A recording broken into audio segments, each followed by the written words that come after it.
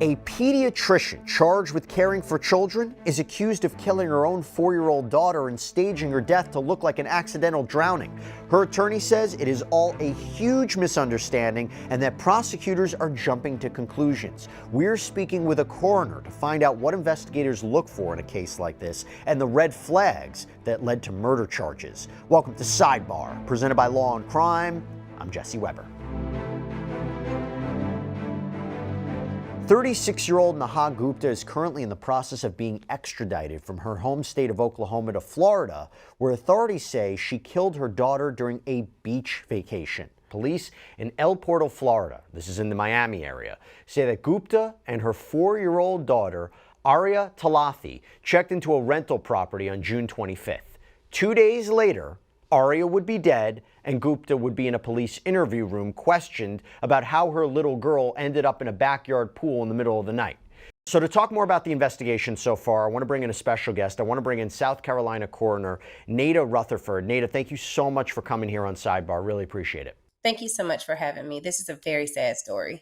It really is. And I would imagine, unfortunately, that in your career you have, seen it all.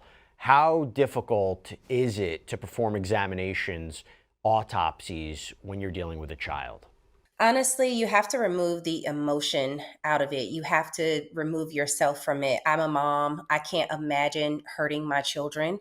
I can't imagine any adult hurting a child. But when you come across this in my line of work, you want answers. So you take the negative emotion out, like the anger, and you put yourself into the shoes of someone who would want to know the answer. And that's what my job is as the coroner, is to do a death investigation that is so thorough that we get to the truth. Is the examination of a child, is it different than an adult? Are there circumstances with the body that are just different when you're dealing with somebody that young? Absolutely, especially with the way that the medical examiner said that this child died. So in an adult, when you would see asphyxiation, you're more likely going to see defensive wounds on the person. You're going to see ligature marks. You're going to see certain things because an adult is much bigger than a tiny little child like this little girl was. And so the examination turns a lot to the internal structures. You're looking at the inside of the mouth, even the tongue, the teeth, the gums, to see what exactly happened and how this person may have been able to overtake this child. We're going to get to the autopsy results because there's a lot to get into there. But here's what we seem to know so far about what led up to 4-year-old Aria's death. So this is the timeline according to the warrant in this case. Around 3:40 a.m. on Friday, June 27th, El Portal Police and Miami-Dade Fire Rescue responded to a rental home. And Gupta directed them to the backyard where they found this little girl submerged in the deep end of the backyard pool. Now, Gupta would later tell police that she herself couldn't swim, so apparently she couldn't really jump in herself to save her daughter. They pulled the little girl out, they started doing CPR, rushed her to a hospital, but she was pronounced dead at 4:30 a.m. This is, again, according to the warrant in this case. Now, Naida, the warrant for Gupta's arrest says that the little girl was submerged in the water. It's unclear how far under the water she was. But what could cause her to be submerged versus floating to the top, if we just take that as true? Well, one, the way that a body reacts to water when it is actively drowning is very different than if you put a person in post-mortem. They're more likely to be submerged if they're not breathing when they go into that water. So her body was just taking on the weight of the water and gravity just was pulling her down. The number one red flag for me in all of this was this mom claims that she waited 10 minutes to call emergency personnel because she could not swim and she couldn't figure out how to get her daughter out. Now, maybe in someone who has cognitive delays, but this is a woman who went to medical school. This is a person who is a physician. And you're telling me that in 10 minutes, you didn't know to call 911 as soon as you saw your child in the water? That was red flag number one for me. There are people who look, I don't care if you can't swim. If your daughter's in the pool, you jump in. I mean, no matter what. That's a big red flag. And I think you hit the nail on the head really well. She knows the dangers of having a small child in the water for that period of time, right? That's what makes it a little suspicious. Now, of course, we'll get into the other side in a second, but again, how many comments are we going to get on this video where somebody goes, I'm a parent, I don't care if I can't swim, if I don't care if I see my child in some sort of environment, I'm rushing in no matter what. I don't know. Exactly.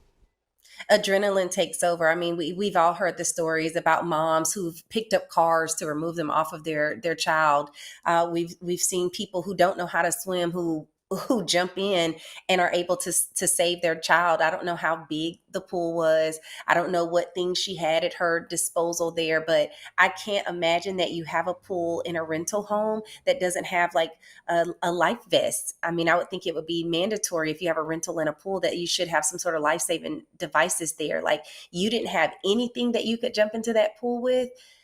There were so many red flags just from the start of it. As soon as I started reading about it, I said, yeah, this mom definitely, there's so many red flags here, and she definitely did something to this little girl. By the way, I have to talk to you about something real quick, not to take away from this in any way, but I have to talk to you about debt. Okay, so debt doesn't just show up one day. It builds little by little. Credit cards, car loans, medical bills. Suddenly you're juggling all these payments, you're feeling stuck. Here's the good news. We have American Financing as our sponsor, and they will give you a reset. So they help homeowners like you every day. They use your home's equity and they roll that high interest debt into one simple, affordable payment. They are saving homeowners an average of $800 a month. There's no judgment, there's no pressure, just real solutions that put you back in control. Imagine breathing again, sleeping again, knowing your future is yours to shape. It starts with one call, only takes 10 minutes to get started, and there are no upfront fees, so it costs you nothing to find out how much you can save. And if you start today, you may be able to delay your next 2 mortgage payments. American Financing salary-based consultants, they are ready to listen, they're ready to help. Take back your peace of mind with American Financing. Call American Financing today at 866-891-2821. That's 866-891-2821, or go to americanfinancing.net/sidebar. And we're going to talk about the autopsy. Apparently revealed something very interesting. We'll talk about that. But for purposes of this conversation, okay, how long does drowning take? In other words, how long would a little girl like Aria have to be in that water for it to be fatal? Seconds. You can drown off of a teaspoon of water. Like, we've heard stories where people are drinking and they choke to death. It doesn't have to be a lot of water. It doesn't need to be some long exposure time. In seconds, this little girl could have drowned if that truly were her cause of death. Now, some other things to consider here are that asphyxiation due to drowning can happen in a number of ways. Like I said, drinking water, a teaspoon of water is all you need, especially for a child that young, for it to go down the wrong way and not receive, resuscitative efforts. But the other side to this is that this little girl, to be out there for that period of time, 10 minutes in the middle of the night, like, as a mom staying in a rental unit by yourself, like, you didn't think to secure the doors, like, there's no alarm, there's just so many red flags here. We're going to talk about that too. I also am curious, what were her life-saving efforts to try to get the girl, her daughter, out of the pool as well? Well, I'll tell you this. Hours after Aria died, Gupta was at the police station with her lawyer, where police questioned her about what happened here. Gupta apparently told police that she and Aria had traveled from Edmond, Oklahoma to the Miami area for a vacation. The thing about that is, Gupta and Aria's father, so this is Dr. Aria Talathi, were divorced. They had apparently been embroiled in a vicious custody dispute. We'll talk about that more later, but he told police that he didn't know his ex-wife and daughter had gone to Florida.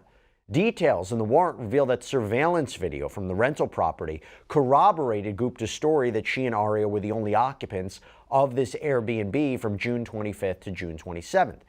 So here's what Gupta had to say to the police department. This is again according to an affidavit in her arrest warrant.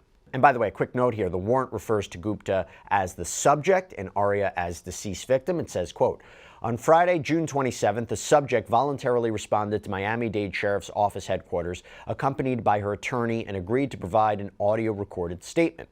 The subject stated that on Thursday, June 26, 2025, they arrived at the rental property between the hours of 7 p.m. and 8 p.m.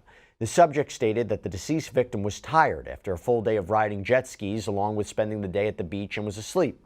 The subject stated she carried the deceased victim into the residence, and at approximately 9 p.m., the subject woke the deceased victim up to eat dinner. The subject stated the deceased victim then ate dinner and remained awake until approximately 12:30 a.m., where they co-slept on a bed located within the master bedroom. The subject stated at approximately 3:20 a.m., the subject was awakened by an unidentified noise and realized that the deceased victim was not on the bed or within the bedroom. The subject said she then realized the sliding glass door located in the bedroom, which leads to the outside patio, was open. The subject stated prior to sleeping, she locked all the sliding glass doors at the residence. The subject stated she then observed the deceased victim submerged underwater within the swimming pool of the residence. The subject stated she attempted to remove the victim from the pool. However, she was unsuccessful due to the fact that she's unable to swim. The subject stated she attempted for approximately 10 minutes to assist the deceased victim before contacting emergency services. So we talked all about how 10 minutes, very long time. But also a lot of weird things about that. Naida, we have to talk about this. You know, this idea of the timeline of it, the sliding door. Now, her attorney will later say that, you know, the door was so easy to slide, you could use your pinky. But you're saying, I mean, how do we view this? Could it be a parent maybe being negligent, not doing enough to protect the area, not doing enough to secure the door from being open versus murder? I mean, I don't know. What do you take away from that description? Well, one, we don't make any decisions in the coroner world just based off of what someone tells us. We Sure. look at the entire picture. Does it make sense that the little girl could open the door? Had she met all of her cognitive milestones to be able to understand what it meant to open the door to go outside? Show me, mom, what you believe happened. Draw it for me, write it for me, reenact it for me. Tell me exactly what you did when you brought your daughter in to that bedroom. You said that she woke you up around 9 o'clock. What did you eat? Because when I go to that autopsy and the stomach contents are removed, I want to see what she ate. Does the story Let's make talk about sense? that. Let's talk about that, okay? Mhm. So the warrant goes on to explain what was found at autopsy, which took place 2 days after Aria died, so June 29th. Gupta wasn't held in custody because at this point it seems like this all may have been some sort of tragic accident, but according to the warrant, quote, on Sunday, June 29th, 2025, an autopsy was performed on the deceased victim by Dr. Tuyet Tran of the Miami-Dade County Medical Examiner Department. Dr. Tran advised that the deceased victim's lungs and stomach did not contain water and was considered dry. Dr. Tran also advised that based on these findings, she was able to rule out drowning as being the cause of death. Furthermore, Dr. Tran discovered cuts within the mouth and bruising within the cheeks of the deceased victim's face. Dr. Tran confirmed this type of trauma is not consistent with any life-saving efforts which were performed on the deceased victim by medical personnel. In Dr. Tran's opinion, the deceased victim was deceased prior to being placed into the swimming pool. While the official cause and manner of death remain pending further studies, the doctor's preliminary findings are the injuries are consistent with asphyxiation by smothering. Okay, Naida, talk to me about these findings. I mean, any conceivable way you can have drowning without water in the lungs or the stomach? Okay, so let's get down to a little bit of science here. So the Sure. medical examiner did a great job of explaining some things. So let's dig into it a little bit deeper. Number one, there was nothing in the stomach. That autopsy report also revealed that there was no food in the stomach. There was also no water in the stomach. The fact that the lungs were not heavy, wet, um, when we see people who have been submerged in water, like a real drowning victim, in a large body of water like that, we're going to see water in their airway, we're going to see water down into their lungs, we're going to see things that look like a drowning. This did not look like that. There were marks inside of this child's mouth, bruising inside of the mouth. I would imagine that there was probably hemorrhaging as well, because if you're trying to hold a child down and you put your hand over a child's mouth or even an adult's mouth, there's going to be some sort of bruising that happens with that. And you have to think an adult, even if it's a woman, is still going to be able to overtake that child. And so all of the bruising and the bleeding in the mouth is because she was trying to fight against whatever was being placed on top of her. But if I use a soft thing like a pillow or something like that, I'll still have that bruising and that hemorrhaging, but I may not see a handprint. And so the evidence on this child shows that she died a traumatic death, and that's not an accident. That did not come from resuscitative efforts. When we look at resuscitative injuries in children, we look for broken ribs, especially near the sternal area of the chest. We look for maybe a little bit of bruising around the lips. Sometimes we can see where they've tried to put a tube in and there may be a little bit of trauma there, but you're not seeing that in the cheek area. And so that is the second biggest red flag for me. The third being that there was nothing in her stomach. When I talk about that coroner's investigation and that death investigation, where's the food that you all ate? Well, I'm looking at the ration. because here's the thing, Gupta, right? Didn't she say that they had dinner at 9 p.m.? That She contradicts it. did. So what did you eat? You're in a rental. Did you buy food? Did you go to the grocery store? Where are the receipts? Did you order food? Where's the receipt for the food that you ordered? What did your child exactly eat? And a lot of times when we're questioning um, subjects, they usually forget those little details because most people are not good criminals. And I can't imagine that this woman has done something like this before. I don't know why she, supposedly did this, but most people are going to trip up when you start asking them those simple questions. Where Right. is the food? That's a very simple question, but it means a lot in this case. Is there any way? I mean, of course, I'm sure the answer is yes. Of course, you can have somebody. But realistically, is there any other way another expert could come in? We always talk about it, a trial battle of the experts. Another expert could come in and say, disagree completely. This doesn't mean that the child didn't drown, that this wasn't an accident. Because the way that you're describing it and the way that Dr. Tran described it, it seems straightforward that there wasn't a drowning. But is there another expert who can come in and disagree, and why and how? I don't see how another person could come in and look at the same circumstances in totality and say, oh no, this is just a tragic accident. You can't explain away those bruises and the cuts in the mouth. You can't explain away the fact that she didn't have any food in her gastric contents. You can't explain away that she didn't have any water in her lungs or in her airway or down where you would expect it to see for someone who's experienced a drowning, especially in a large body of water. So I don't know what they could come in and try to say. I think this is pretty clear. Unless mom has some other explanation for this that actually makes sense, I don't see how another person could come in and say that. I think it's going to be a matter of whether or not um, her mental state was where it was supposed to be in the care of this child. I think they're going to have to go down that route. I don't understand how in the legal province they could look at this same set of evidence and say something different. I don't. It wasn't in the arrest warrant affidavit, but could the medical examiner, could a coroner be able to determine what time Aria died? Either refute or corroborate Gupta's story? Well, one, we have video footage, which is always very helpful. And so I'm not sure if there's video footage over the pool. I didn't see that in any of the research that I did before coming on today, but the timeline of what she's saying. What did the skin look like on the baby? Because this was a baby. This was a little kid who experienced a traumatic death.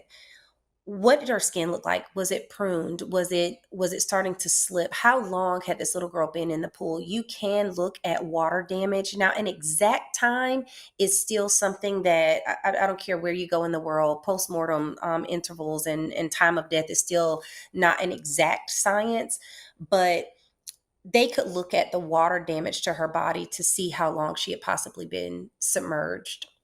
Mm. How common, if we take these allegations as true, how common are stagings of deaths? Oh, very common. This is why death investigations matter. This is why you can't just take someone's story. According to Gupta, she fed her daughter, they went back to sleep, everything was fine. But again, the story isn't matching up. And I know I keep harping on this food thing, but it speaks to a pattern of lies at this point. So if you're willing to lie about the fact that you fed your daughter, but you didn't actually feed her, what else are you lying about? If you're willing to say that it took you 10 minutes to call 911 services as a physician, a board certified licensed physician, you don't know to call 911. Even when you call the doctor's office, they tell you if this is a life threatening emergency, call 911. I don't know why she wouldn't have Well, called 911 earlier, but it's because she was trying to figure out her story. that could very well be, and that could very well be what the prosecution says. The defense would probably argue, hey, listen, she was panicked. We'll tell you how she was trying to get her daughter out of there. I'm sure there's going to be an alternative explanation, but I Oh, will I'm tell you sure. this. According to a charging document that was filed with the courts in Oklahoma, Florida authorities, they plan to charge Gupta with first-degree murder because she allegedly killed a human being during the commission of a crime, in this case, aggravated child abuse.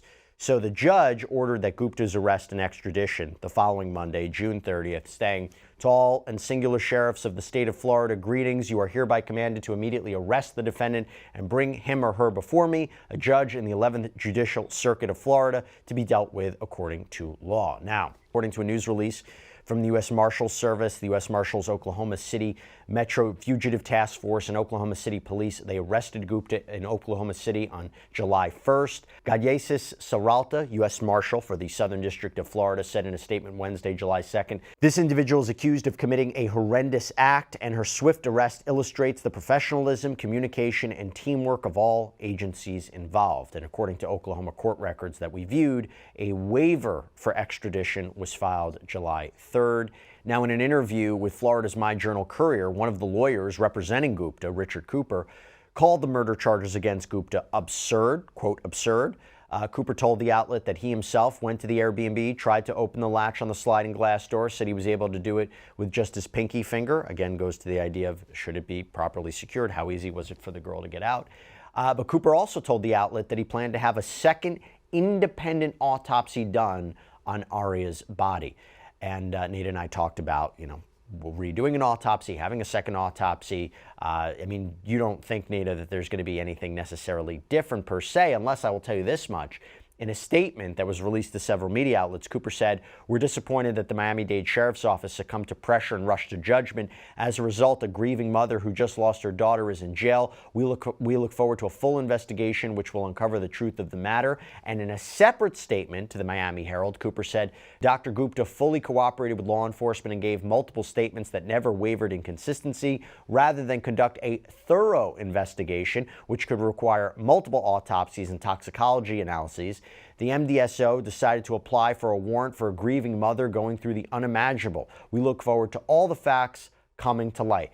So, Naida, I mean, could a second autopsy say something different? Could a toxicology report potentially reveal something? Was it a mistake not to have multiple autopsies? Is that common? You think there's anything to this statement? Well, I certainly think that if I was being accused of murdering my child, that I would want to have an independent autopsy done. I think that's just part of the due process for someone who's being charged, with first degree murder. A second autopsy is certainly warranted here. Yes, you can notice different things on the body, different sets of eyes looking at things, but the facts remain correct. And again, knowing the full story and understanding everything about this investigation is going to be key. And so I don't think they're going to necessarily find anything new. I did think it was a bit fast for them to release the autopsy results. Even in the work that I do, we have child fatality reviews. This is a federal mandate that has to happen in each state. So I'm not sure why they were so rushed to put the information out there for public consumption, because I certainly would want to wait until the toxicology report came back. What if there was medication in her system? What if there's poison in her system? What if she had been drugged? We don't know all of the details just yet.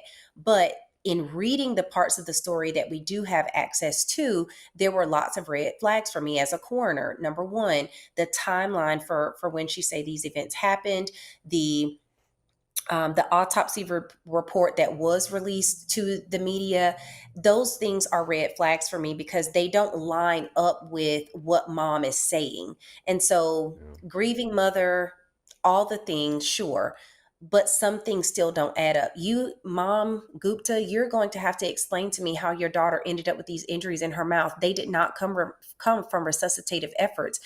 It only takes 2-3 seconds for an EKG machine to be hooked up to a person they place the leads on. We know that this child was probably in asystole when they got to her. She was dead on arrival. They only transported her just to try, because typically they will transport children if they can. But I think everybody who got to that scene knew that little girl had been dead. And for 10 minutes, submerged underwater, there was no way that this baby had a chance of surviving. So, independent autopsy, sure. What does the toxicology say? Sure. Can they look at histology samples and look to see if there's any sort of inflammation in the lung? Did this little girl have any breathing issues or something like that that may have happened? Sure. But I don't think that independent autopsy is going to tell us something different than what we know.